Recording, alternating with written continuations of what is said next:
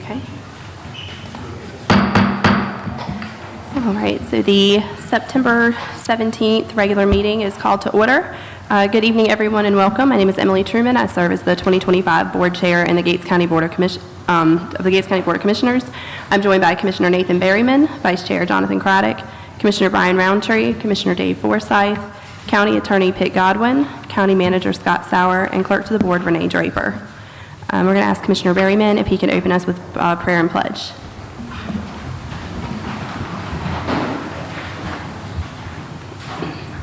Dear Lord, thank you for bringing us together tonight to conduct our county business.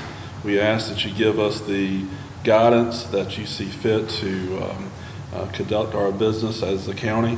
And we ask that you continue to give us some patience as we work through many pressing issues that we have as a county. And we ask that you continue to look favorable upon us as a county. In God's name we pray. Amen. Amen.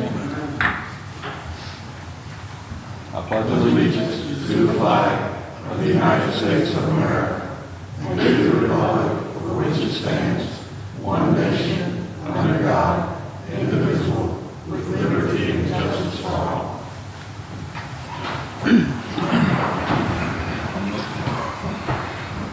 All right.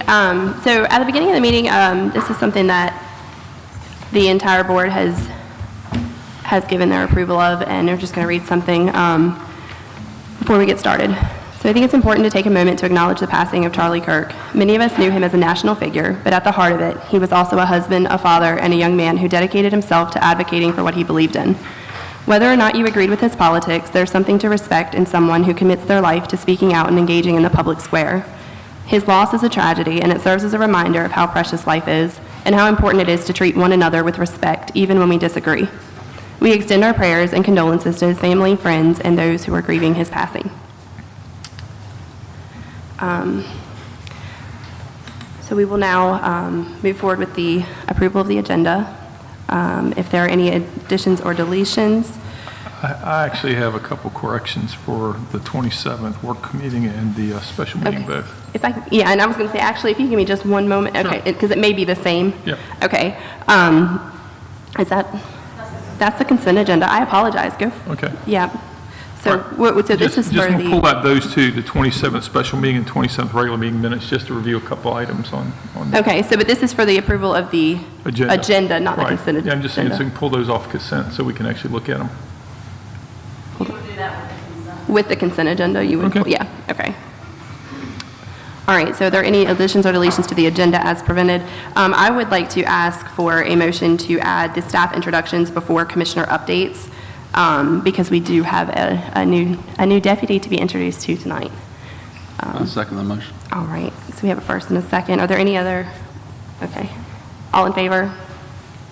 Aye. Okay, that passes. So we will move that. Were there any other additions or deletions? I would also like to add to the agenda that we have a motion and a vote today about the level of fluoride that we want to see our designs to. Okay, so let me make sure we word that properly. So you're making a motion to set the desired public health goal? That's Is that correct? Okay. All right, do we have a second? Second. All right, all in favor? Okay, move it forward and we'll have it discussed on the agenda. Okay, I'm abstaining, yeah. all right. Is it old business? So that is going to be put under old business at this point, correct? Okay.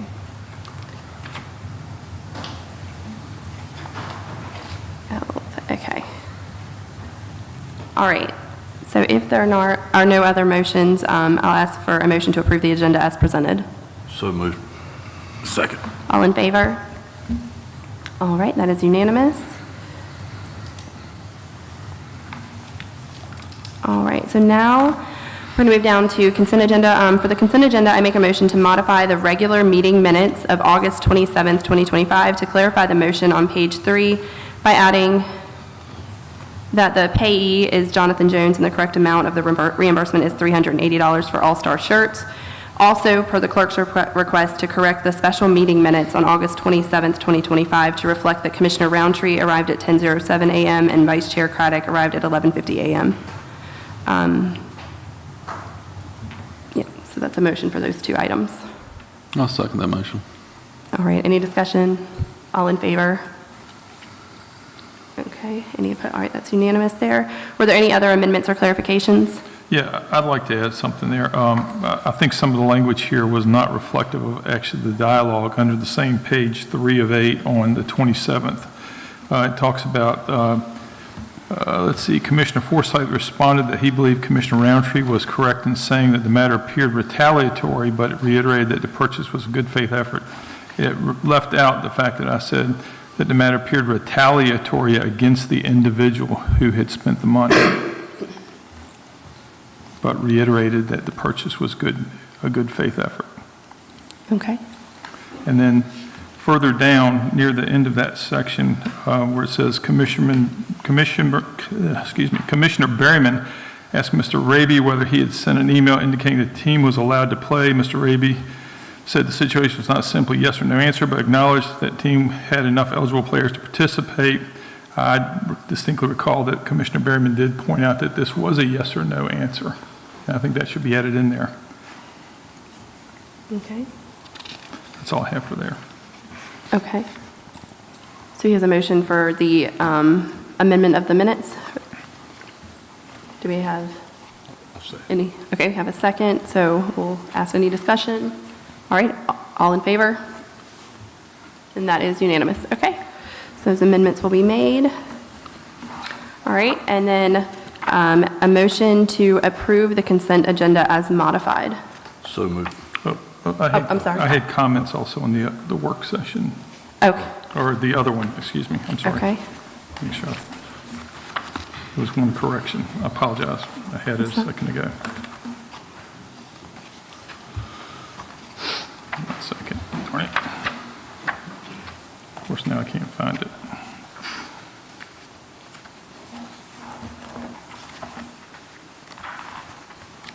Dang it.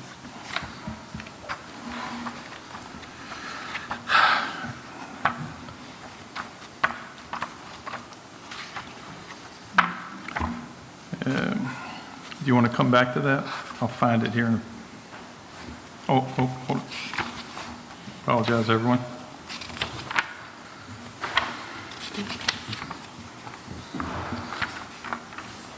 This was on page 1 of 5 for the 27th work session at the bottom concerning personnel policy revisions.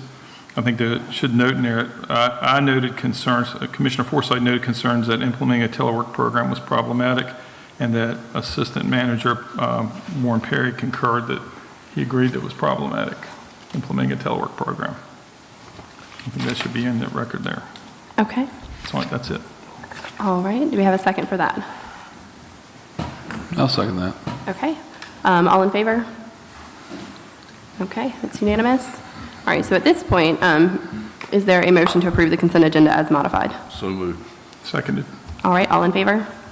And unanimous, so we'll move forward. Thank you. We will now go into, we just amended the agenda to do staff introductions, so I will invite Sheriff up, and he wants to introduce our deputy.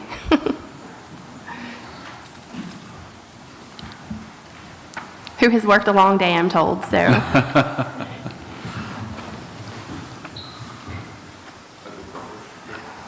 But also said to grill him and ask him anything we want, so. All right, good evening, County Attorney, Commissioners, County Manager. Before I introduce this young man, I would just like to thank each of you for making this happen. When he came to me, I was fully staffed, and I reached out to each one of you, called you and told you what I had, and I also explained we could not let this young man slip away. And we worked together and we made it happen, so thank you, thank you, thank you. Darius will be a tremendous asset to our office and to the county. He's got 4 years of law enforcement experience already. I have known this young man since middle school, and he has been a class act the whole way through. And with that, Deputy Darius Boone. Afternoon. I'm trying to follow up with that as best as I can, but he pretty much took what I was going to say anyway. But I'm very grateful to all of you. It's a pleasure to meet all of you, by the way, but I'm very grateful. It's good to be back home anyway. I look forward to doing the best job I can here. And like Sheriff said, you're getting somebody with experience, and I know how to do the job, and I do it well, and try to treat everybody the same and build a relationship with the community. So thank you so much. I don't have any perfect words to describe how thankful I am, but I appreciate it. Perfect. We're thankful to have you. Yeah, well, Glad to have you. Thank you. Thank Yeah. you, boy. Thank you. Yeah, welcome home. You already know the roads. We can just put you out there, right? exactly. He's been with us working for me for 2 days. He was assaulted today, and his life was threatened today along with mine. So it's Welcome been a home. day. Been a day. Another day off. Welcome to Gates County. Glad to have you back. All right, thank you, sir. Be safe. Okay. All right, so audience, you may notice that the commissioner and chair updates are at the beginning of the agenda, not at the end as they have been in the past. We discussed this last meeting, and it's something new that we are testing out this month. So we are going to go ahead and begin with commissioner updates. I'll start. Well, I think we've had a pretty busy month. I think everybody had something kind of going on along the way, and specifically myself, actually today we had a RTCC, which is the Albemarle Regional Transit Commission meeting today. This is a meeting that's usually held twice a year, and so it was always interesting to see what we're trying to get North Carolina DOT to do around the whole Albemarle region, but specifically here for Gates County. There was 15 projects that we're allowed to submit to North Carolina DOT as a region.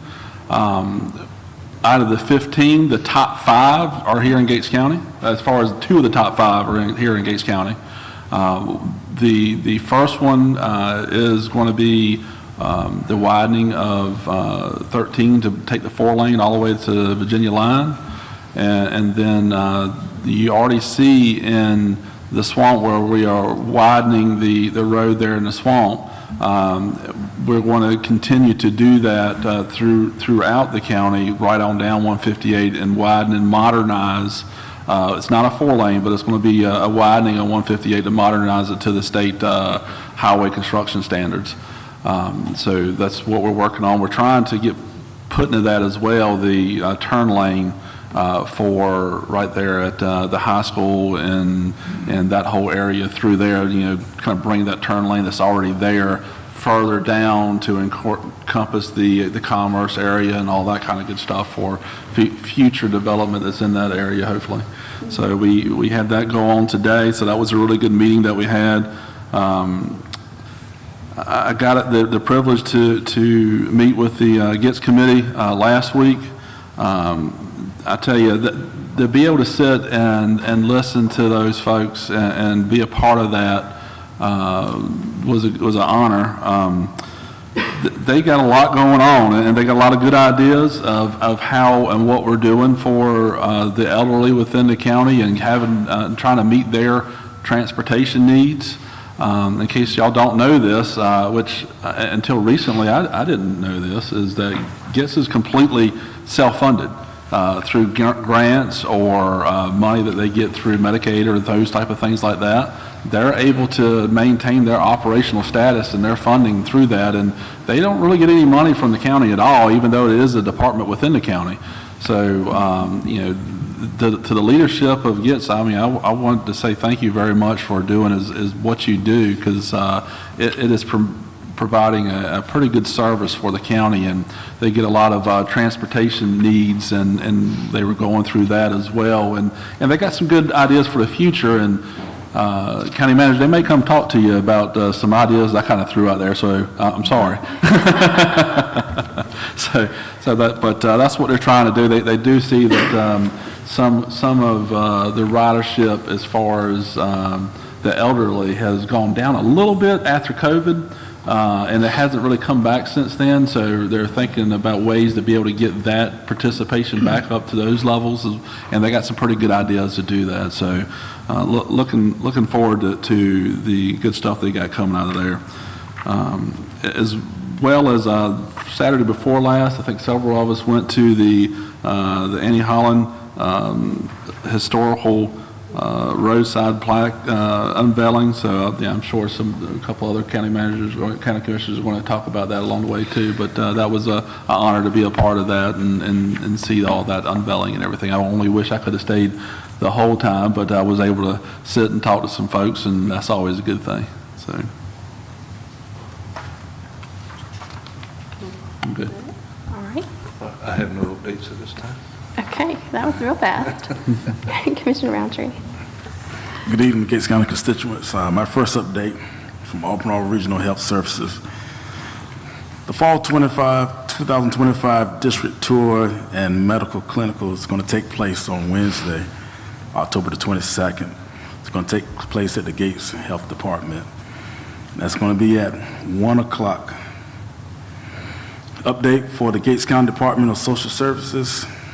The Gates County Department of Social Services will have Trunk and Treat. This is going to be a safe, fun Halloween holiday event. It's going to take place at DSS. It's going to be on October the 30th, 2025, from 5:30 to 7 o'clock p.m. And the address, Gates County DSS, 1212 Main Street, Gatesville, North Carolina, 27938.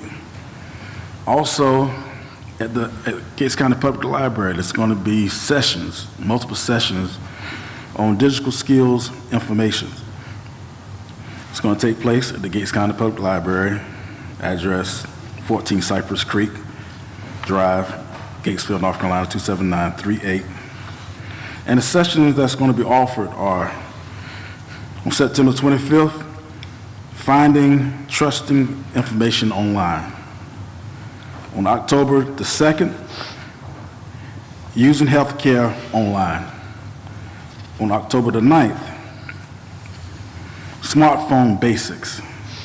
On October the 16th, Microsoft Works and Google Docs. And on October the 23rd, Smartphone Intermediate. Okay, at these sessions are going to be held from 10:30 a.m. to 12:30 p.m. For additional information and for sign up, please call this number, 252-357-0110.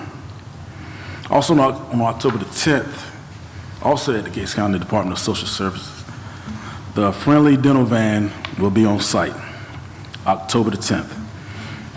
The deadline for registration, though, is October the 3rd, so make sure that you register. They are accepting Medicaid recipients. You can also call this number for signing up and also for scheduling, 252-357-0075.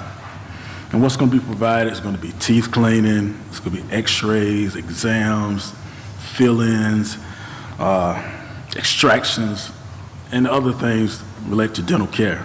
So something to take advantage of. Also, updates for the Gates County North Carolina Cooperative Extension update. North Carolina A&T State University have an Innovation Station bus. It's going to be at T.S. Cooper Elementary School on Thursdays, 2 days, September the 18th, which is a Thursday, and also September the 25th, from 8:30 a.m. until 12:30 p.m. And it's going to be a lesson on robotics that's going to take place tomorrow. It's going to be great for the youth. They're going to learn how to program robots, how to code for robots. They're going to use measurements and math to actually program these robots. So that's going to be a great experience. And I love it because North Carolina A&T, I'm an Aggie, and we represent Aggie pride. But it's going to be great for the kids, you know, the exposure to robotics and that technology.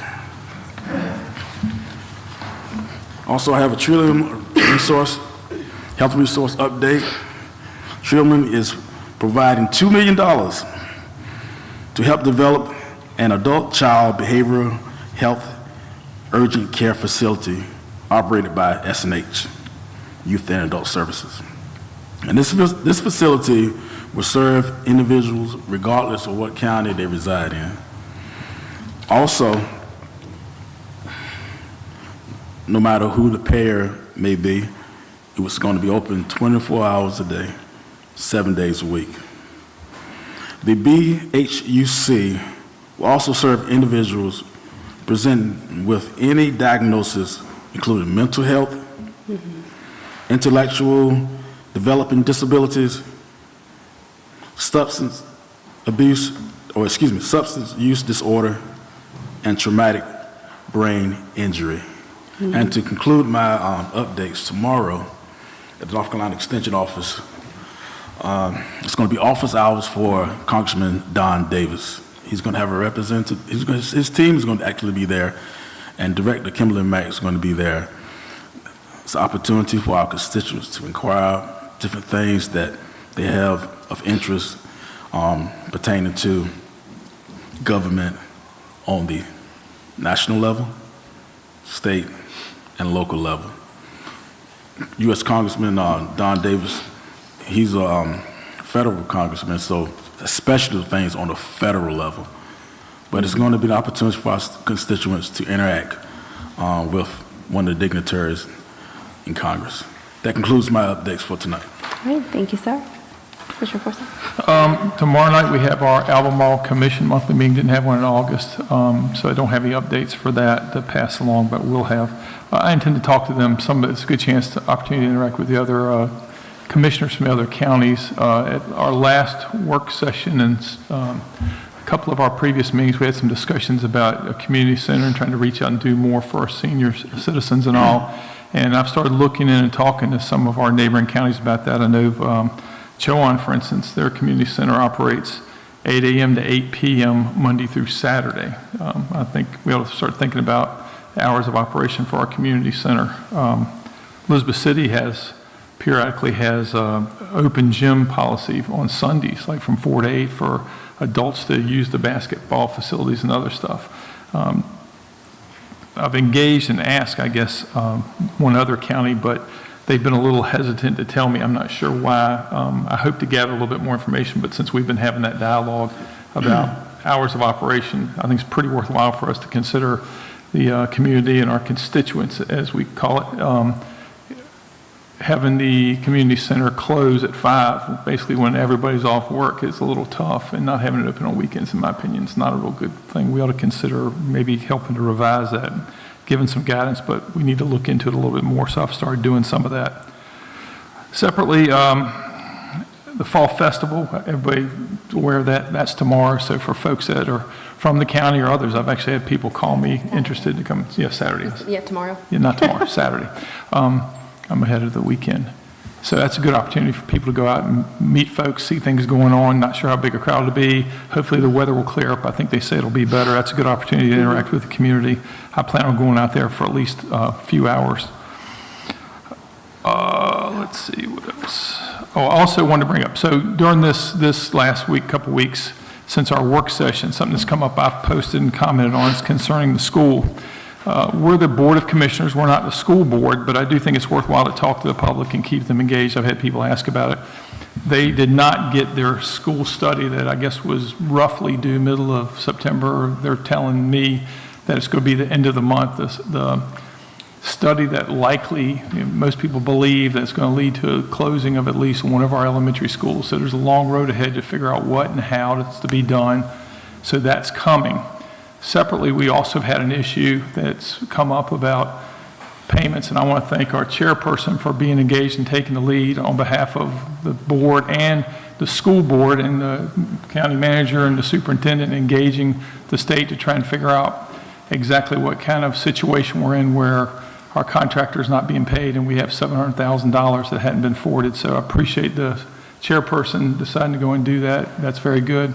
Hopefully the school board will step up and their contractor will come through and hopefully evaluate that. My concern is that it definitely reflects on the county. And as it was brought before, I guess before I was on the board, there was a situation arose where we didn't spend our grant funds correctly, and they potentially came back and said we could have to reimburse the state.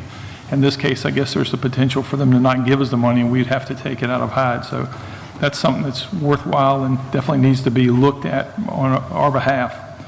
Other than that, I'm done. Okay, thank you, sir.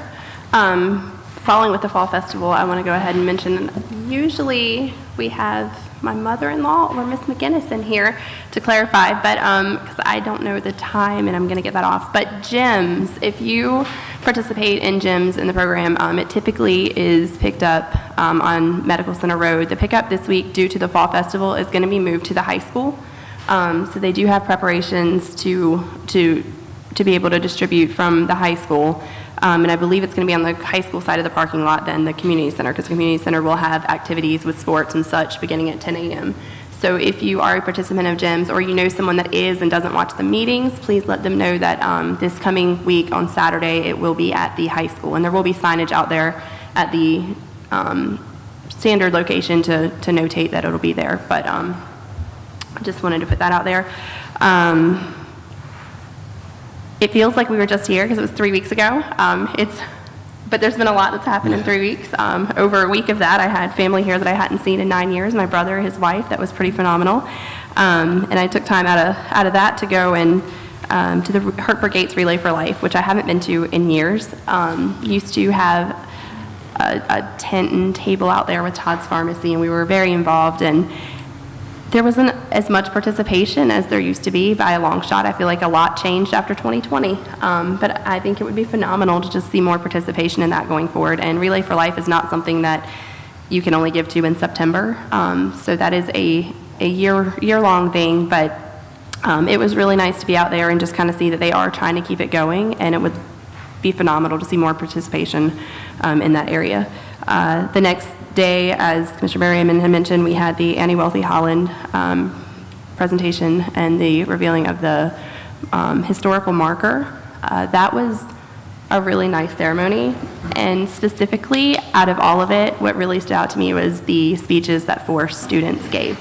I thought it was incredible to see 4 young students get up and speak, because I know public speaking as a sophomore in high school wasn't probably necessarily my strong point, and I think they all did a phenomenal job. And then this past week, we had a team from the county that has gone to Chapel Hill to take a strategic planning course. And there was so much excitement around that strategic planning course. We had our first kickoff meeting today following up with that, and we have staff from various areas, various years of experience. We have some that are department heads, some that are elected officials. We have others that are staffed without, the director title. So we are representing a good population of staff, and I'm really excited to see how it goes forward. I think that the excitement in the room today, when asked what's one word that you feel going forward, was excited and enthusiastic and eager, were some of the words that went forth. And my alliteration loving self loves all the E's. And then also, and this is just kind of it, and I'll hand it out here. I did go through, because accountability, trying to count on either side of me here. I have had several call to me and mention that we hadn't done anything to the funding, and I had this prepared prior to today. But just handing out to the other commissioners here, just a timeline of events. It feels sometimes like so much happens and it takes so long for things to happen. And I do appreciate Commissioner Forsyth saying that, we have gotten it going forward. But just a timeline of events to help prevent confusion. I have had many people ask me why I'm not doing what I need to do, and why we're not moving forward with things, and why things aren't being presented to the public. So to err on the side of transparency, I did make something to share facts and be more vocal in sharing facts, also intending to present processes with details with greater clarity so everyone has access to accurate and complete information. I'd like to address the issue involving that funding with T.S. Cooper and Buckland, because both involve processes and approvals that go beyond county involvement, and it was at that level that we were seeing a delay. It was not on the county or the school board that we were seeing the delay in the funding. There are separate issues that I think different commissioners want to bring forth at different times, but this is a separate issue, and the funding was not a lack of Gates County's willingness to move. There was a holdup at a level that was above us. Unfortunately, we don't have much say over DPI. So I had just handed to them, and it will be made public in the minutes there, with just dates and a record of events and a timeline of events for those that were questioning communication and whether there was adequate updates being made. So feel free to read that when it is posted. Reach out if you have questions, and that will conclude my comments. We are moving forward now into special presentations, and at this time we'd like to call Ms. Christy Gaskins, Board of Elections Director, to the podium to present the board information about upcoming elections. And I also need to just say, Ms. Gaskins has really, she has jumped in with both feet and has really been doing a lot. Good evening, Madam Chair, Commissioners, Mr. Sauer, our County Attorney, to everybody in the building. I just want to give you just a few updates from the Election Department. Just to let you know, this past July 7th through the 18th, we did have our candidate filing for our municipal election. And the municipal election is going to be for the town of Gatesville, and it's for the town mayor and the town council. And only the people who live in the town of Gatesville are eligible to vote in this election, and it's approximately 236 voters. And the registration deadline is going to be October the 10th, and the municipal election will be held on November the 4th starting at 6:30 to 7:30 at Social Service Office, and there will be no early voting. And our canvass for this election is going to be on November the 14th at the Board of Elections office. And just to give you some more updates, yesterday started our National Voter Registration Day. Yeah. So if you know anyone that has not registered to vote, please send them to our office. We're open from 8:30 to 5. And me or I have 2 staff members, we will be gladly to take your application. And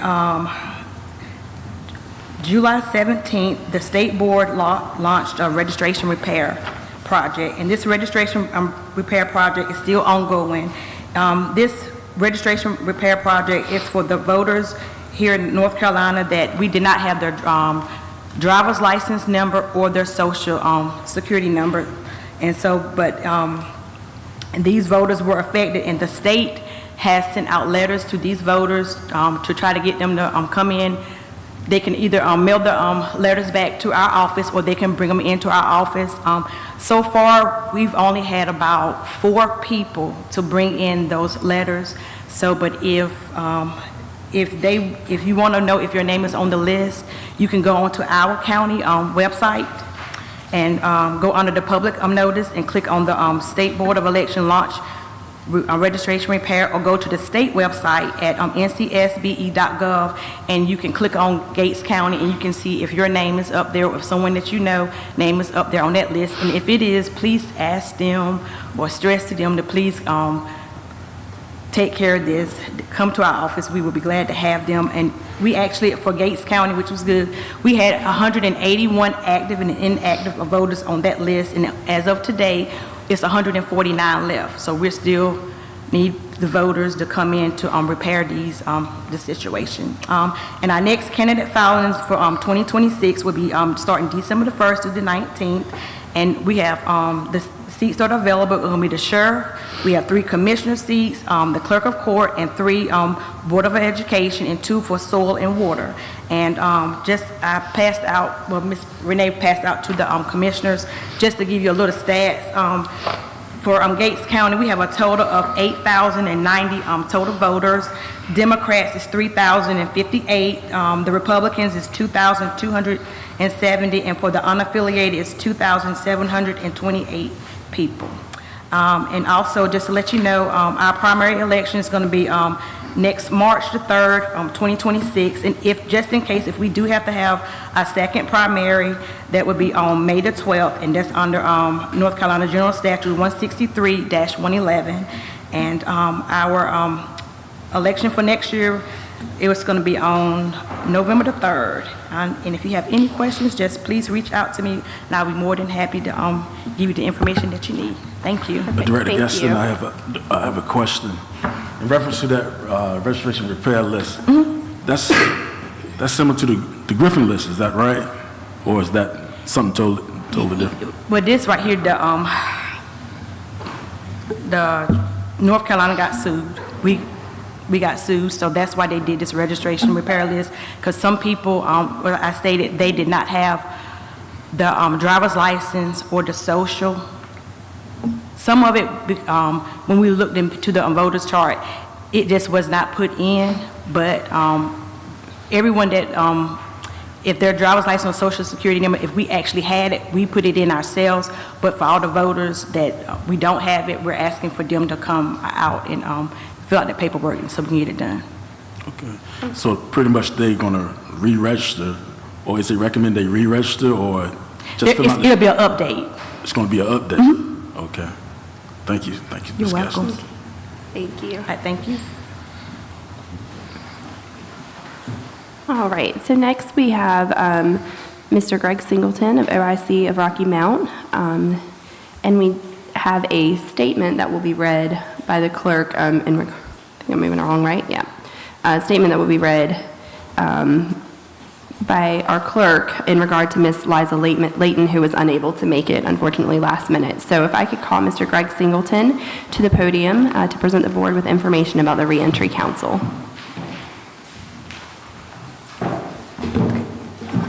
Thank you, Madam Chair. If you could introduce the two with you as well. Absolutely.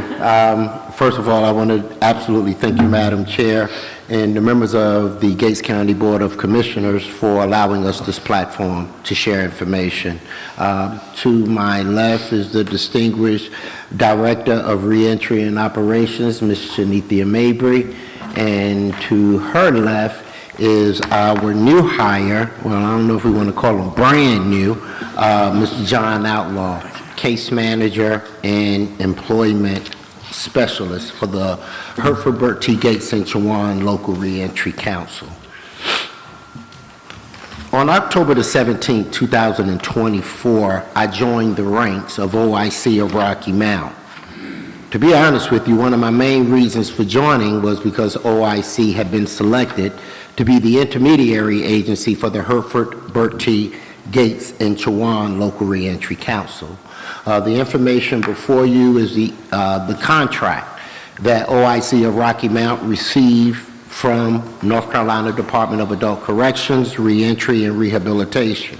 Now, this $225,000 contract was signed on September 1, 2024, to the tune of $225,000. Again, a reimbursement contract. So OIC put the money up first in order for this to happen. Now, this would not be your average local reentry council, but it would be the first four-county local reentry council in rural North Carolina. Though being the first was indeed attractive to me, I knew that the development of this local reentry council from ground zero will have to perform at a very high level. And if it wasn't put together correctly, then failure will be of the inevitable. The reason why I'm able to say that is being the founder and the designer of the Craven Pamlico Reentry Council, I knew exactly what type of work to go in to pull an entire community, 4 counties together to stand behind Second Chance. The first thing I knew that I needed to do was to get the buy-in from all 4 counties. And my avenue of approach was starting with the county managers. Therefore, we pulled all of the 4 county managers together in Burt T. at the probation office, thanks to our JDMs for allowing us that space, where we put together collectively an action plan that would give each of the counties a voice and have a direct focus on the justice-involved population. We also came before this Board of Commissioners as well as the other 3 County Board of Commissioners to share with them our plan to execute. We developed and opened the doors to have other individuals from each of the 4 counties to join our executive committee. From Gates, we added Madam Chair, Emily Truman, the distinguished Mr. Scott, County Manager, that became the chairman of this Board of Commissioners. We also added Dr. Riddick, former County Commissioner here in Gates, with the updated plan to add Commissioner Brian Roundtree to this Executive Board of Commissioners. Now, this Local Reentry Council developed by far is the most distinguished and most influential reentry council because it was one of the only councils that had county managers that was a part of it. Now, just having a county manager as a part of it says something, that they believe in it, that they had a voice in developing how we move forward. We have other members on our Board of Commissioners, which include Hertford interim county manager, Mr. William Shanahan, Commissioner Leroy Douglas, Mr. Franklin Williams from Burt T. He's over there economic development. County Commissioner from Chowan, Mr. Larry McLaughlin. We also had 2 JDMs, Mr. Alton Brown, which is in the audience now, supporting this effort, and Ms. Jennifer Gallup. Dr. Angie Riddick with My Future NC, and Ms. Bobby Lowe, Regional Vice President with Trillium, is also a part of this executive committee. On May 2025, after the development of this Local Reentry Council, we onboarded Mr. John Outlaw, which will oversee the Hertford Burt T part of the Reentry Council as the case manager and job placement specialist. On August the 29th, 2025, we proudly onboarded Miss Emma that would oversee Chowan and Gates.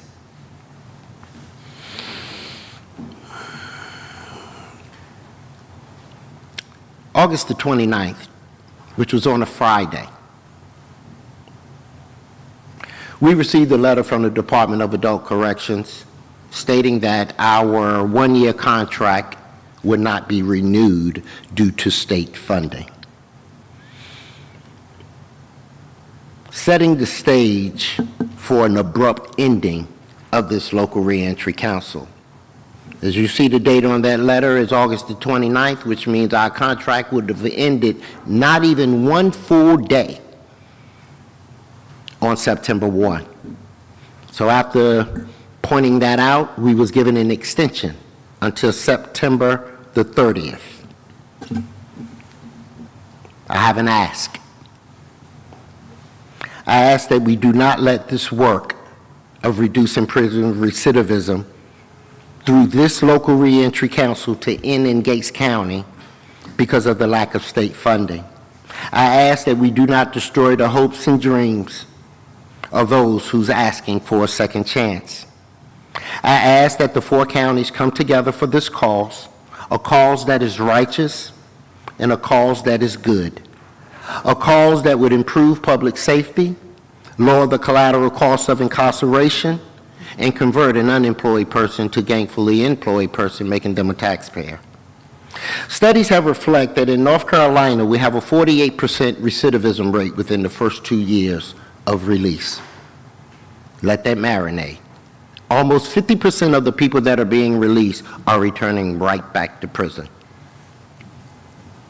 Studies have also shown that when education is included in the process while addressing prison barriers via the Local Reentry Council, that 48% recidivism rate inverts to less than 20%.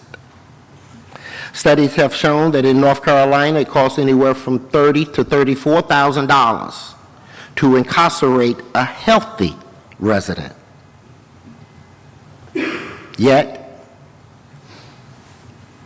it only costs anywhere from $500 to $1,500 to educate a person that will not return.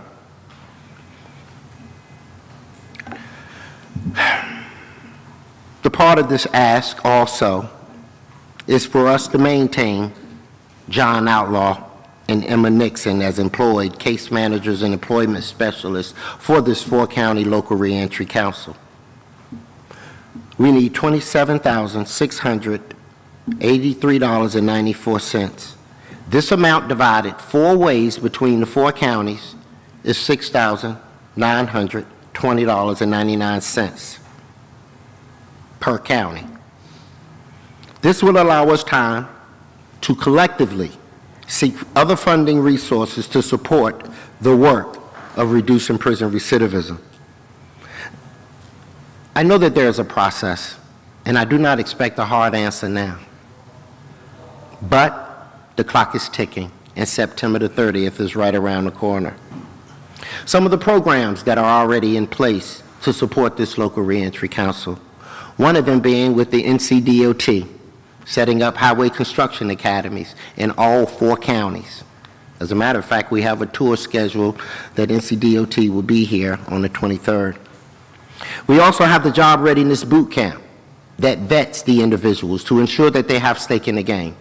The Job Readiness Boot Camp, in which I designed for the state of North Carolina, that is offered at all 58 community colleges. It measures 3 main areas. Punctuality, because if you're not going to show up on class on time, the chances of you showing up at a job site on time is slim to none. Second, we're measuring participation. Let's be clear when we talk about participation. Not just getting there on time, but getting there ready on time. The third area that we measure through the Job Readiness Boot Camp, which is an HRD soft skill, is completion. Hertford County is my home, and the first job I got as a young boy was pulling tobacco. Some call it priming. Well, I was too young, so they brought me out of the field and I had me taking off sticks. Well, the one thing that I enjoyed about that job was at the end of the week, we got paid right there at the barn. That was my motivation to return. But if you have a mental health or a substance abuse issue, money in your hand could also be kryptonite. So we're measuring completion. Now, since the announcement of this lack of funding, I would say I don't know what it is about rural North Carolina, but I know what it is about rural North Carolina. There are 2 funding sources that have come to the table. The first one was the Anonymous Trust. I had never heard of it until I got a phone call. The second one, the Conservatives for the Criminal Justice Reform. And each of these organizations is talking about funding this LRC so that we don't have to depend on the state anywhere from 3 to 5 years. That's a low number of $675,000, but we just need a little time. I'm going to ask Ms. Mabry and Mr. John Outlaw to come before you because they were the boots on the ground. They were the ones that was out there knocking on resources, doing in-reach, tapping into resources that are already here and sharing those resources throughout the 4 counties. Ms. Mabry? Good evening to you all. As the director of this program, I have witnessed both John and Emma. Emma couldn't be here today, but she really wanted to. And I witnessed them just building relationships. I witnessed them doing events. I witnessed them being on the radio station, trying to market these 4 counties and the services that we can provide for these individuals. They have done an absolutely wonderful job. And I could not leave this place without saying how proud I am of them and how needed these programs are. So I'm going to let John speak on behalf of him and Emma because they were really the boots on the ground. I was the witness, but I was the one that managed, but they did such a wonderful job. So he was going to go into details about the partnerships and the data. Okay. Good evening. I am John Outlaw. I am the case manager for Bertie and Hertford counties, and I work alongside with Emma Nixon for about 3 months. While driving here, I was thinking, what do I say about the local reentry council? And the only thing that really popped in my head was numbers. So I'm going to start with the number 3. The number 3 represents the number of months that we had to market and create partnerships among the communities. And when I say we market it together. So when you saw one, you did see the other. From Berkeley County all the way here in Gates County. Me and Emma, we knocked on doors we probably shouldn't have knocked on, but we want to make sure that whomever is being released have somewhat of a seamless experience. The next number that popped in my head was the number 2. And basically the number 2 is the 2 of us, because we literally, between 4 counties, we are all we have. We lean on each other so much. We've stayed up from 8 o'clock in the morning till 2 and 3 o'clock at night in the next morning, trying to figure out the plans that we do have to make these counties better. Because whenever those who are just as involved are released, they come back home. They come back from Berkeley to come back home to Gates, or wherever they are located, they come back home. But what do they come home to if we don't have anything for them? We don't have any jobs. We don't have any type of resources that are available and or visible to them. And then the next number was 11. The number 11 represents the 9 participants that she currently has in Chowan County, and then the 2 that are in Gates County. Now, with that being said, we are getting phone calls every day. Every day. Like, I have to almost turn my phone off because you're getting so many referrals, because people are trying to plan whenever they're trying to get out. They're trying to plan and get those resources and get people in line so that they can become rehabilitated and become a practical part of society. So as Mr. Singleton has said, as Ms. Mabry has said, we have really tried hard to become the change that we want to see. Thank you. Sure. I just want to take a moment to say, you're not wrong about not cutting them off. There was an issue with someone dear to me that, not being re-entered, but just that I needed resources for. And I emailed Emma, not expecting a response for a day or 2 because it was on the weekend. And she emailed me back within an hour with a list of resources and a please call me if this doesn't work. The evidence of the work that y'all have done just in that quick turnaround, and I know you could have turned around and done the same thing, that was really exciting to see and phenomenal to see what she had literally on the go and ready for somebody that was in need. So that was pretty great evidence of your work. Thank you so much, Madam Chair. And I want to make a correction. We brought John on in May, brought Emma on in June. And in conclusion, I want to share something with this board I typically don't do. I try not to have to expose my business no more than I need to. But when local reentry councils was first introduced to me in 2015 in Craven County, I didn't believe it. After doing 5 years of federal incarceration, I didn't believe it was real. And I actually developed and ran the Craven Pamlico Reentry Council 9 months without disclosing that I too was just as involved, because I didn't believe it. I did not believe that we had developed ourselves in America that we wanted to prevent people from coming to prison and jail. Now, understand, I'm speaking from lived experience. That during my incarceration, I just wanted to blame everybody. Everybody. And I felt that it was a money-making business. But when Governor Roy Cooper put the executive order into play, when North Carolina signed up to be a part of Reentry 2030, I was blown away that this was really real.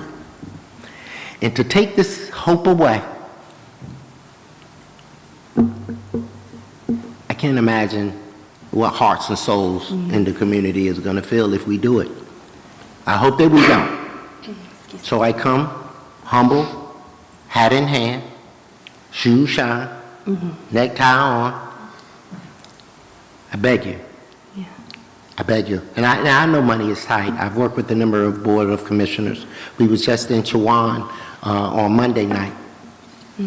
Though they voted unanimously to keep this going, I know it was a financial struggle for them.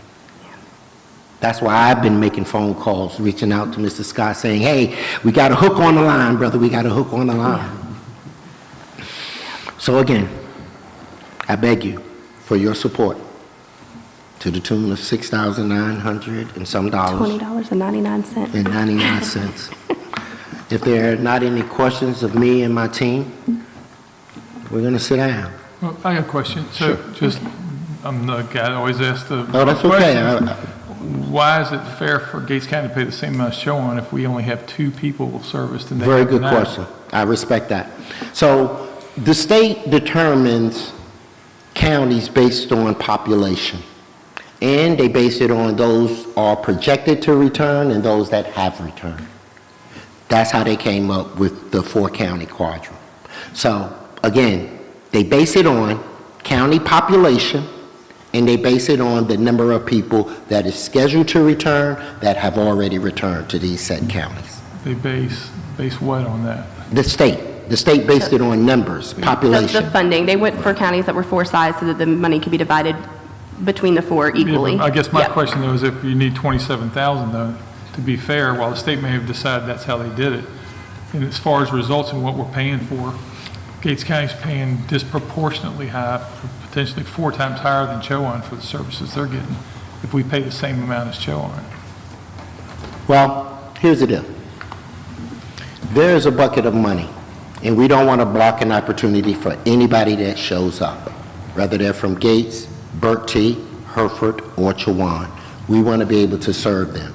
And we knew that if these counties work collectively, we can leverage all of the resources, some of the resources that you may or may not have, resources they may have. So again, this shared collective buy-in is what's going to be important. Because again, if you look at a Chatham County, right? You know, as one of the county managers at Chowan said to me, they got more money than God. I think that's what he said. But are they maximizing those resources, right? So with these 4 counties working collectively, we can utilize each other's leverage point. Example, your old prison, right? There's really just space now. To convert that into a training center that each of the 4 counties can collab on, good idea, where they don't have that space. Right? So again, this is shared bargaining. This is smart business because this is no one pony show, right? It is no one person, no one county that's going to riddle this. As I said, I don't know if I said it to this Board of Commissioners, there is a reason why President Trump put a reentry czar in the White House. The first ever, Tony Loudon. Look him up. He did it again his second term by putting Ms. Johnson, 21 years of incarceration, a drug trafficker. She's now the pardon czar. If we don't riddle this, our economic development will continue to struggle. It will, because we won't have a workforce. We done did too much prison business. So again, it makes sense for these 4 counties that already have relationships, right? That can share and leverage their resources so it don't all fall on one end. And because of this Reentry Council, we now have access to the Second Chance Reentry Council Education Scholarship that helps pay for education. We brought in all 3 of the community colleges with, as a matter of fact, Dr. Williams from Roanoke Chowan Community College, she's a part of this executive board. College of the Albemarle, they have already brought forth their vice president to be a part and support this Reentry Council. Martin Community College, both the president and the vice president are on board with this. So this makes sense because we're including education to reduce prison recidivism, not handouts, but hand-ups. And I agree 100% because in any kind of business relationship, and local government, federal government, all doing the same thing. Regionalization is the key, pulling resources together so that we can achieve a goal. So that's very practical, very business-minded, and the benefit is we're going to help citizens convert back from incarceration to society, which benefits all of us. Public safety, education, everything. It's Yeah, good. and the concept of they're coming home anyways. We'd rather come home and let them re-enter and the same regardless of how long you are. And that's what I love about it is if you've been away for a year or 20 years, whether you're black or white, male or female, 18 or 75, they can come alongside you if you want help. And right now, people that want help without them would not have any options. And I understand what you're saying about you're saying the disproportionate funds, that kind of thing. My personal opinion on this is this amount here is to buy time. That's it. It's to buy time. They're seeking funding. We are seeking funding. So that we don't have this going forward, but it would be a disservice to our citizens to let this die without trying. It would be a disservice to John and Emma, who we just hired to come on as case managers that are doing a phenomenal job, to let it die before they have an opportunity to make the difference they could make. And $6,920.99 for life, for the life of a person to be, I don't want to say, it's not rehabilitated, to be reintroduced Yes. to modern civilization, because some have been away for a while, I feel very minuscule. Indeed. great You had investment. another, Yeah, I Commissioner. had several more, but I want to let everybody lead out. So how many months ago did y'all come to us initially with this? 5 months ago? Yeah, well, they received the award September 1, 2024. I came on board October 17th, and I was tasked with designing the plan. But you came to this board like in February or something, was it? January. January, Okay, I'm just yes. trying to say, because I remember in January, it was clear, totally support this, it was, oh, this is state funded, it's going to cost Gates County nothing, et cetera, et cetera. Now we blow through it a few months, and now it's like, oh my God, last second, give us money. And I know it may be unpopular, if you grant everything you said about being true and all, it's still a case of where I feel a little bit like, okay, well, it was absolutely going to be free and cost the county nothing, it's good intent, there's nobody arguing the intent. But suddenly we're being asked to fund this very short notice, and oh, I promise, swear to God, it's just 3 months, but 5 months ago it was, oh, swear to God, it's going to cost you nothing. If I may, and I'm going to, I believe, Clerk, that this is correct. I'm passionate about this, and I need to hand the gavel to my vice chair for this portion of the meeting. Thank you. So if I may, okay. I hear what you're saying. Funding across the board, federal and state, have changed. My comments were to him, though, ma'am. I was hoping that he'd give us a response. I didn't hear him get a chance to. Well, I will give a response in all fairness. The letter that I gave before you is dated August the 29th. Do you all have that? Yes. Yeah. Yes. That's when we found out. Yes. Now, did I feel that that was fair of the state to kind of, they actually, you know, if you look at this, to grant a $225,000 grant, September 1, 2024, and we put the work in. We built this. There was not a local reentry council established in either of the 4 counties. So before this board, I had to make sure I had a plan and the buy-in. That's why I came to you after we had started the developmental stage and that we had brought people to the table. So again, this was not something that we anticipated or planned. And there are 17 other RFPs that's going to get this letter as well. But they are coming together. Call Northampton and Halifax. They got the same letter. Yeah. Right? Chatham and Lee, they got the same letter. These are again, this was unexpected. My understanding is that the state used salaries that were positions that were not filled to fund this rural LRC. We would have never been considered. But the work that we have done, we are, with hands down, and the state will tell you, the most influential board that they have ever seen is coming from right here. Yeah. I got calls, sir, from the conservative Reform for Justice Involved, and I had never heard of them. I got calls from Anonymous Trust. I had never heard of them.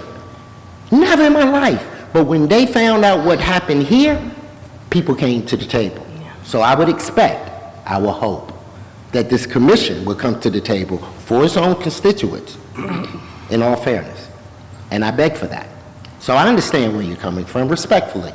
I felt so I felt a different type of way because I have been to more than 22 counties to help them establish their local reentry councils since I established the one in Craven, to help them, because I knew that this was a need. Everybody's asking for a strong workforce. They're looking for a workforce that want a snack, that want a meal, not a snack. It was the CDL. Why do you think these community colleges stood up CDL programs? Because it was the justice involved population that got on the road post-COVID to get that product. Look it up. You need the justice involved population. All right, Mr. Singleton, I want to go down to your commissioners. Yes, sir. If they have anything they would like to say. I'm going to start with Mr. Barron. First of all, I'd like to say I appreciate your passion. Yeah, I have, last time you were here, I kind of shared my story of what my company's been able to participate in and all that, and I'm a true believer in people who want to help themselves. You need to give them a hand up and help them get to that point so they can move on and move past that point in their life. I've seen it happen. It works. It works. So, what y'all are doing here is starting something from the ground up and moving forward with it, and I appreciate that very much so. I think it's very smart to go to each one of the counties of the areas that you're serving to be able to get some funding from those counties, because at the end of the day, we do serve our people that's in our own county, and you're exactly right. Some of the people are coming back are Gates County citizens that deserve some help if they're willing to ask for it. And that is the big thing I see that what you're doing there is, you're not trying to pull people in who don't want help. You're looking for people who want to make a change in their life, and we need to give them the opportunity, because you can give a man a fish, you feed him for a day, but you teach him how to fish, and he takes care of his own self. Absolutely. And that's kind of what you're doing here, so I appreciate that. Thank you, sir. Thank you, Commissioner. Madam Chair. Okay, so yeah, obviously, I'm very passionate, and I am wholeheartedly there. Gates County cannot do this without a partnership with neighbors. And to me, the buy-in being the same as our neighboring 3 counties, so that we have the opportunity to do this and to seek funding so that it can continue, it doesn't make sense to do anything else, in my personal opinion. Regardless of how many people are served, one person is enough. And the cost of this, if we only served one person for the rest of the year and got them reintegrated into this community and got them back into the workforce and helped them stand on their feet again, would pay for itself. I don't think that letting it die before it has a chance to take off and to start is a wise move. I'm very hopeful that this does go through with all 4 counties so that we can continue. And it was an unforeseen thing. It was expected to have funding for years, and unfortunately, across the country, federal and state funding is disappearing for a lot of things that are essential. And to me, reentry is essential. So you absolutely have my personal support on this, and I do encourage the other commissioners to think very carefully about the ramifications of not giving this an opportunity. Absolutely. Thank you, Madam Chair. Commissioner Rentry. Yes, I'm an investor, and this is a great investment. Not only are we investing in the individual, we are investing in ourselves. And on top of that, we have a great team. We have a great team here, and it's indicated by the response from the anonymous funders and the different people who have reached out already. Yeah. Anytime that we can promote the education of our citizens for the transition back into society, anytime that we can promote public safety, anytime we can make our community better, that's a great investment. You most definitely have my support. Thank you, sir. Commissioner Forsyth. Well, I get the extra, okay, my comments before. So taking for granted everything they've said, I've never once disagreed with any of the rhetoric here that's going on, and I'm not using the term rhetoric as a negative. just simply description of the services. All I'm looking for on behalf of the citizens of the county is some kind of idea, is this a commitment for 3 months? Or is it going to be in 3 months, it's come back and fund us for 3 more? You mentioned foundations, and all these people are jumping on board, and where's the money coming from, all of them? Are they being requested to fund or commit to this? You mentioned conservative, whatever, Yes. foundations. Are those folks being asked for, contributions? Are those people being, recruited for contributions? A lot of organizations will see the value of this, which again, don't disagree with anything anybody said. But my point being is that I'm here to look out for the interests of the Gates County citizens. And quite frankly, we can say, it's $1 million is not too much to save one person. There is actually a dollar number where it's too much. And I'm just simply trying to get a handle on this not being an open checkbook. Oh, absolutely not. And I don't hear that. I'm not hearing that. I heard it was free. Now I'm hearing it's 24,000, our share 6 for 3 months. But what's the next step? Respectfully, Commissioner, I don't believe that anything is free. And based on the RFP that's presented to this board already from the state, we know that it wasn't free dollars. These are tax dollars that's making this happen. So again, $225,000 investment for the first year, as as Madam Chair said, to shoot it down before we even get a chance, as we have gotten off Thrive. I think about if I, as a justice-involved person, and I heard about this program, to me, that's hope.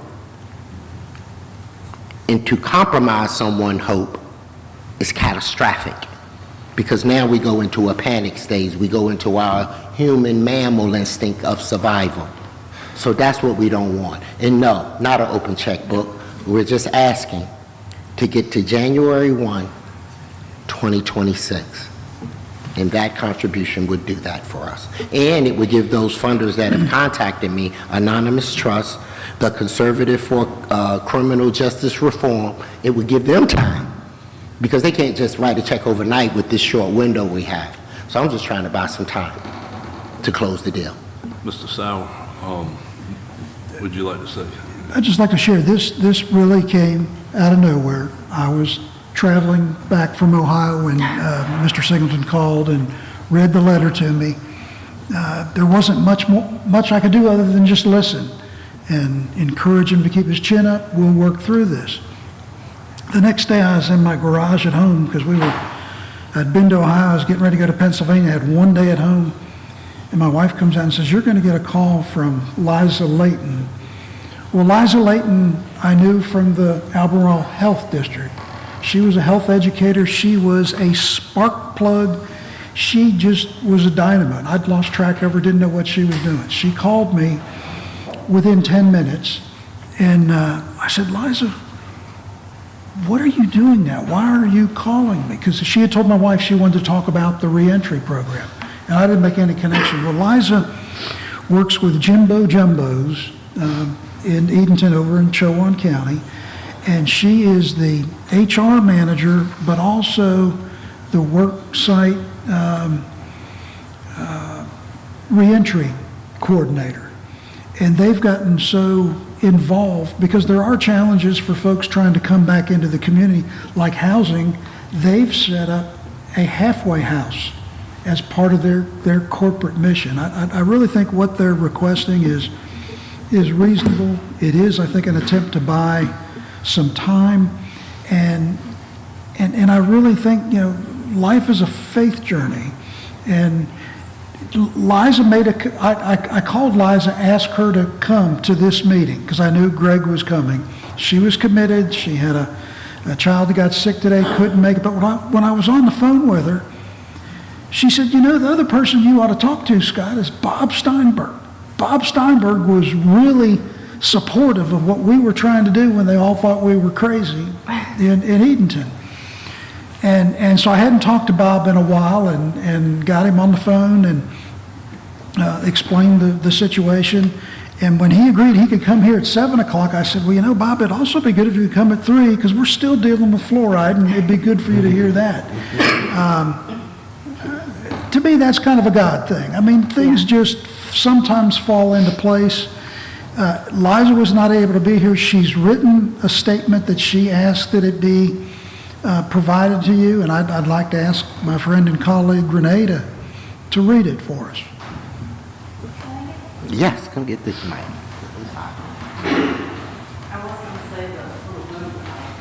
I'll stand to the podium. All right, so her words are, Jimbo Jumbos currently has 20 active work release employees from Tyrell Prison Work Farm. We've been a work release partner for decades with multiple prisons and the NC prison system. These gentlemen get the opportunity to come and work, make money, and prepare for release. I've asked our group what would be the most helpful with getting on their feet when released, and they all say reentry programs and services. If they do not have a strong support system without assistance to get their license, clothes, food, a job, they go straight back into situations that set them up for reincarnation. While the prison system tries to provide resources, most are significantly understaffed and do not have team members who can dedicate time to assisting their entire caseloads with the service. To truly help reform and give opportunity for a better life, reentry services are critical.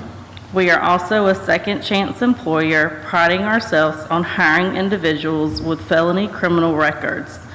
We are in support of the reentry program serving Gates, Chowan, Bertie, and Hertford, as we have a great number of candidates and employees from all counties. While I can't be there this evening, I'd welcome a call from any of your board members. Thank you. If I can move forward with making a motion. 1 second. Do that, okay. So, your enthusiasm is out of this world. Thank you for everything you've done. I look at Chowan, yeah, they have 9. Gates County has 2. I don't know what the other ones have, but at any point in time, I feel like these numbers could swap. Oh, yeah. We could have 9 and they could have 2. So it's a partnership. Absolutely. Between the 4 counties. That's all I really have to say about it. So at this time, we thank you for your presentation. Thank you for coming to us. Is there any action that needs to be taken while we're... I would like to make a motion that we move forward with the one-time fund of $6,920.99 for the local reentry council to continue with Hertford, Bertie, Gates, and Chowan. A second. So I have a motion and a second on the floor. Any discussion? All right, all in favor signify by raising your right hand. All opposed, right hand. All right. Passes. Thank you. Thank you. Thank you. Thank you. Thank you. All right. Thank you, sir. Appreciate that. And let,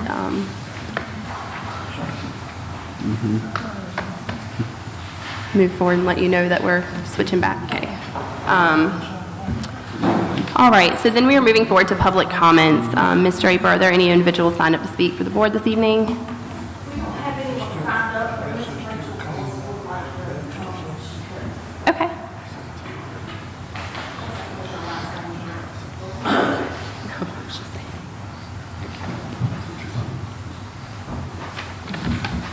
Good evening, Chairwoman Truman and Commissioners. My name is Rachel, and I am here on behalf of People for the Ethical Treatment of Animals, PETA, and our more than 166,000 members and supporters in North Carolina alone. Updating Gates County's animal ordinance would not only help improve animal welfare in the county, but would give animal control and law enforcement the tools to intervene and help animals before they become cruelty cases. Easy to enforce and common sense definitions and language will make life-changing differences for animals in Gates County. We hope that the Board of Commissioners recognizes the need to make these important changes, and we look forward to working with you and members of the community in making Gates County a more humane place for animals. Thank you very much. Thank you. All right, so with no one else signed up, we'll move forward to staff comments, if there were any staff that needed to come forward to address the board. Okay. Seeing none, we're moving into old business. So the first item is the conflict of interest policy adoption revised with ARPA language. Manager Sauer, if you could address this item for the board and the audience. Thank you. This item is listed under old business because the board enacted a conflict of interest policy on behalf of the federal funds the county received from ARPA.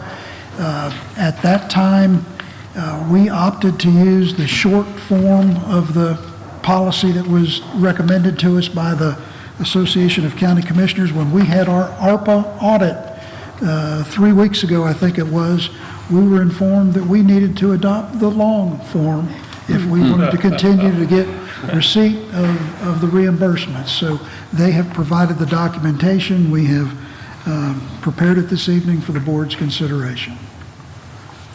Okay. We'll move forward with any, are there any questions or further discussion needed from anybody? Okay. Let's see, trying to catch up here on my agenda. There we go. So if we get a motion to approve and adopt the conflict of interest policy with the revised ARPA language. So moved. So seconded. All right, any discussion? Not seeing any. All in favor? By show of hands. All right, that is unanimous. So we'll move forward. Thank you all.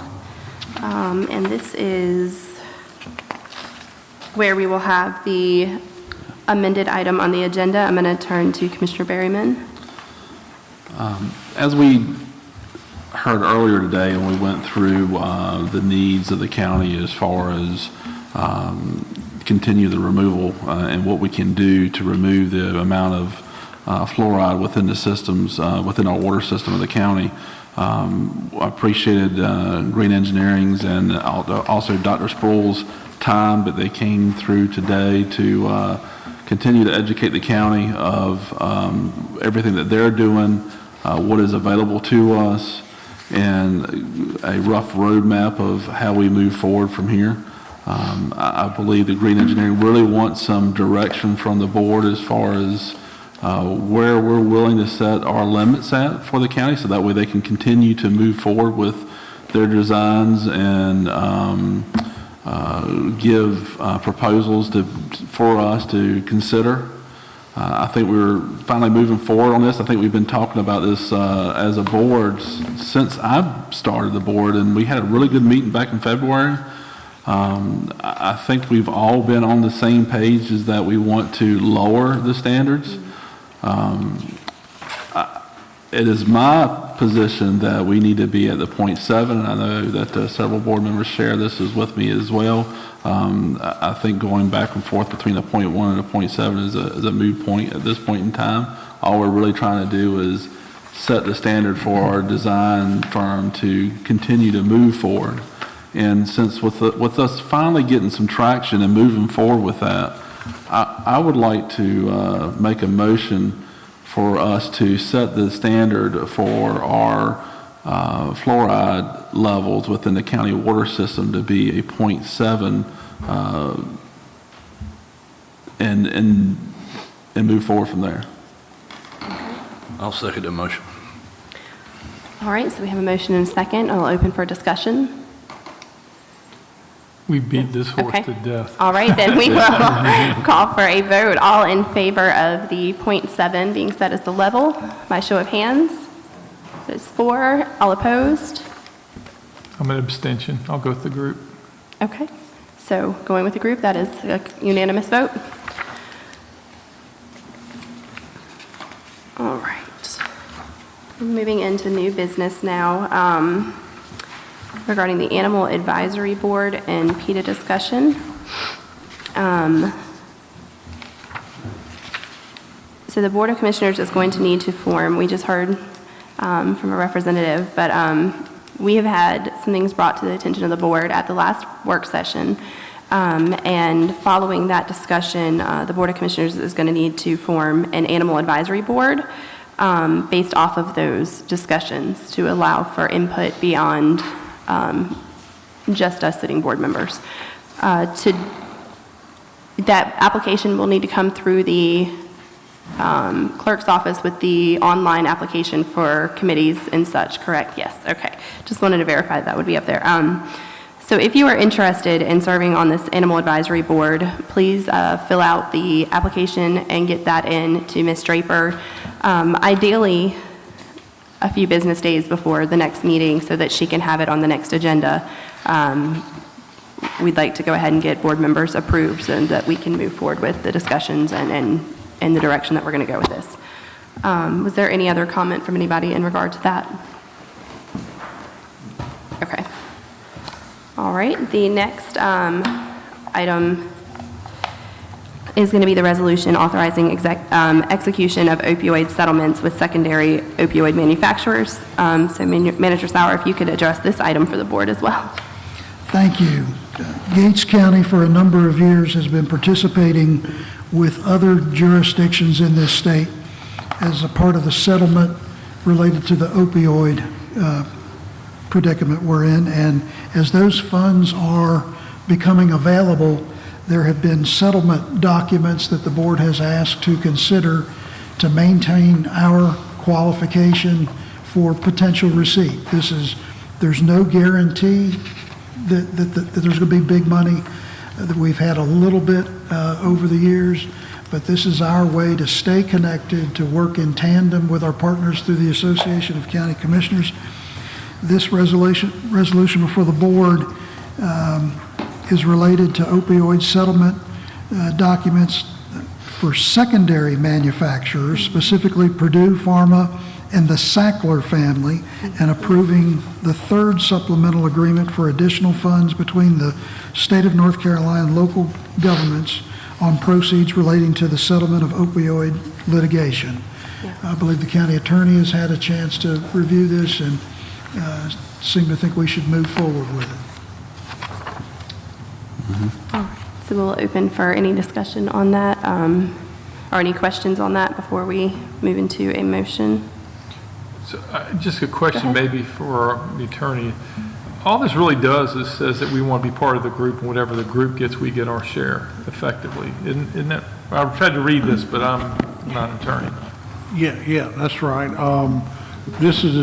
We've been participating in the first round, and now there's a second round of. So it's just, continuation of the second. Continuation. Okay, right. Just saying we want our share if you go through. Yeah. And we need to get our application in. Okay. All right, so given that, if we get a motion to adopt the resolution authorizing execution of opioid settlements with secondary opioid manufacturers. Okay? We have Second. All right, if there's any discussion, no, all in favor? Unanimous? All right. So we will now move into the county manager report. Okay, I need to ask for some technical support from IT to get my slides loaded up. This is show and tell. It'll be brief.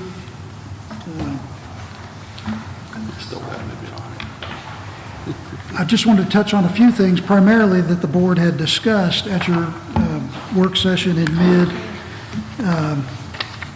mid-September. We discussed briefly the fact that the report has been received from the consultant on the concept of a regional jail to serve Chowan County, Washington County, and Gates County. The cost of a new detention facility with 75 beds would be $40 million, and that seemed to be a big price for all three counties. And when I met with the two county managers, neither Chowan or Washington seemed interested in pursuing that. They may be looking at other options, and I did mention at the September meeting about the offer of a partnership and buy-in to the Albemarle District jail up in Elizabeth City, and I thought for the good of the public, we ought to just review those numbers. If Gates County were to try to participate with Perquimans, Camden, and Pasquotank, They would be looking for Gates County's participation under the lowest model, $2.7 million, and that's to recoup their capital cost in building building the first jail. And they are indicating they'd be willing to take that over 10 years, so that'd be almost $280,000 a year. Their projected operating costs for Gates County to hold our pretrial detainees is $677,000. The debt service requirement that they would put into the formula would be $109,000. So that's over $1 million a year that Gates County would have to think about spending. Our sheriff does a great job with everything that he does, especially fighting crime. And he has been able to take advantage of relationships with sheriffs throughout our region, including Albemarle District Jail. And we pay on a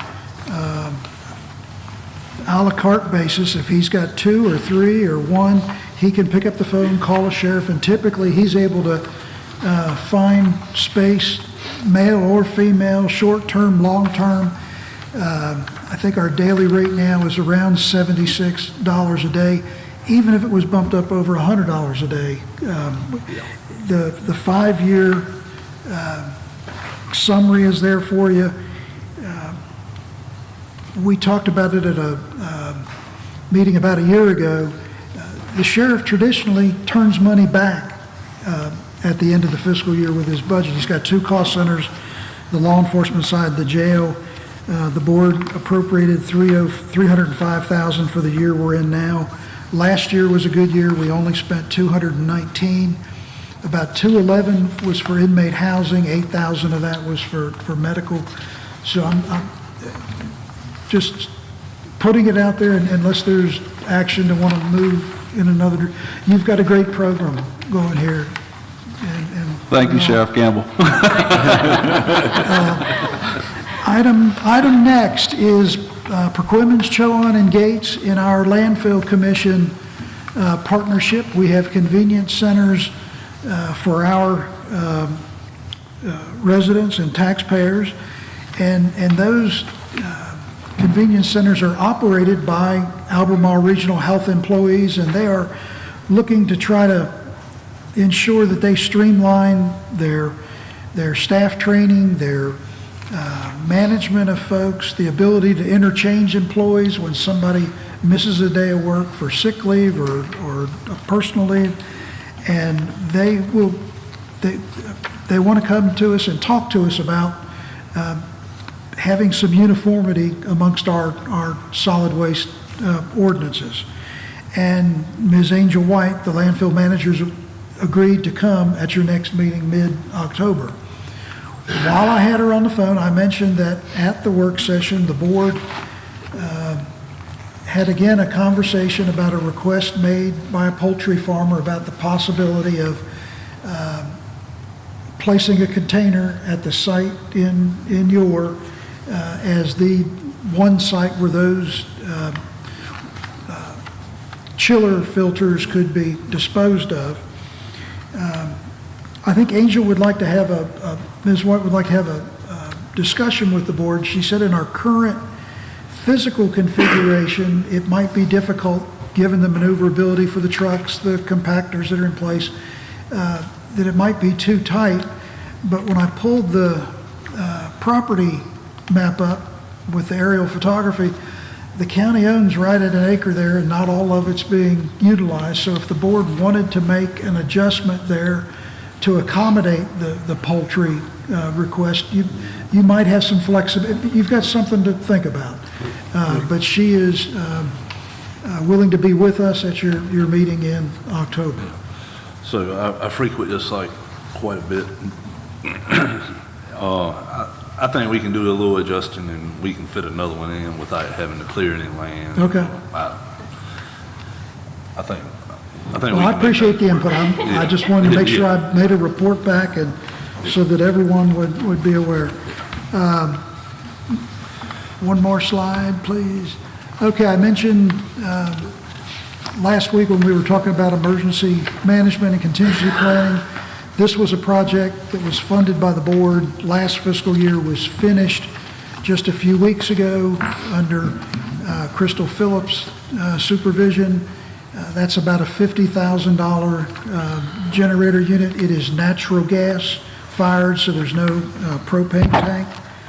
On the next page are part of the improvements for putting air conditioning in the gymnasium at the community center so that when we have to operate as an emergency shelter, it'll be much, much more comfortable for the folks that are housed there temporarily.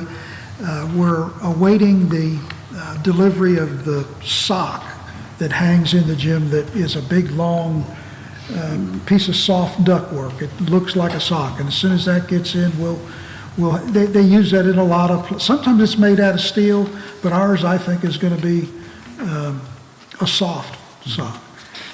Anyhow, that is moving right along. This was a $225,000 state grant that the county had presented, that Mr. Tutwiler put together, just update. And this, at the credit union, at the community center, the auxiliary air conditioning system requires auxiliary power. And we also had a grant funded, I think he said that's a 210 kW. Does that sound, well, that's a monster, but that's my understanding is we would be utilizing that.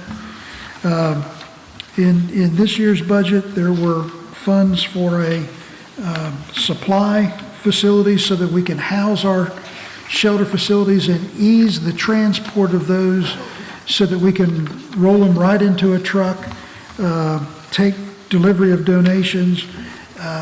There used to be like a single wide trailer in the location where this was. The low bid to do this building was $38,000, including the removal of that former unit, and we'll be looking to get power up. Next is Brad Arnold's part of the show. September 10th, his folks had a late night, had a water line that was broken, and it's my understanding that when this line was installed many, many years ago, it was installed maybe 12 inches deep, and when it gets run over by a piece of farm equipment. Anyhow, Brad was going to give a little history on just how that particular line was constructed.